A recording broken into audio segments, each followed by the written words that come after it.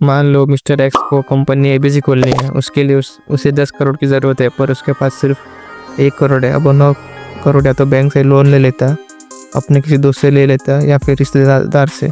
पर उसने क्या किया, 9 करोड़ को 90 लाख पार्ट्स में डिवाइड कर दिया। और पार्ट्स को इंग्लिश में क्या कहते हैं, शेयर्स। यानी एक शेयर का price 9 crore divided by 90 lakh 10 रुपया। और एक शेयर के प्राइस 10 रुपये को अगर आप 90 लाख शेयर से मल्टीप्लाई करेंगे तो आपको मिलेगा मार्केट कैप यानी 9 करोड़।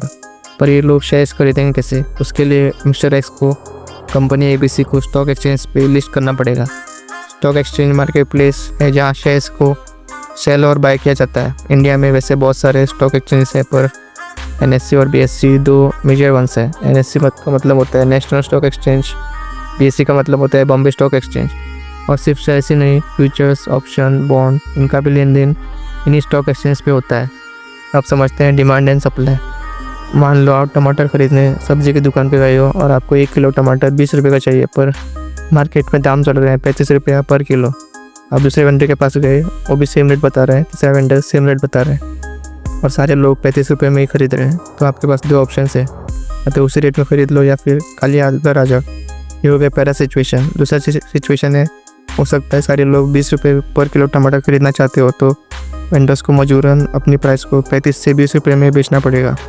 यहाँ पे वेंडर सेलर है, आप बायर हो और टमाटर कमोडिटी यानी शेयर्स कंसिडर कर सकते हो।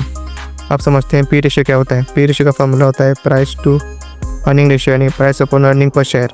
और ईपीएस का फॉर्मूला होता है टोटल इनकम यानी net profit upon total shares outstanding. P ratio का सिंपल मतलब होता है कि कंपनी अगर 1 रुपये का प्रॉफिट कमा रही है तो आप उसका कितना एक्स टाइम्स अमाउंट पे करने के लिए तैयार हो। तो सिंपल है, अगर पी रेशियो कम है तो आपको शेयर कम प्राइस में मिलेगा, और पी रेशियो ज़्यादा है तो आपको शेयर कॉस्टली मिलेगा। आप भी यही सोच रहे हो ना? जरा सब्र करो। पी रेशियो आपको देखना पड़ेगा कि आप किस कंपनी के साथ कंपेयर कर रहे हो। सेम सेक्टर वाली कंपनी के साथ कंपैरिजन करना चाहिए। जैसे एक बैंक का पी रेशियो दूसरे बैंक के पी रेशियो के साथ कंपेयर करना चाहिए। पी रेशियो का आप इंडस्ट्री एवरेज के साथ भी कंपेयर कर सकते हो। और ये दोनों चीज़ें कंपेयर करने के बाद आपको देखना है कि शेयर ओवर वैल्यूड है या अंडर वैल्यूड है, और फ्री डिसीजन लेना है। वीडियो पसंद आए तो लाइक करना, शेयर करना और सब्सक्राइब करना। धन्यवाद।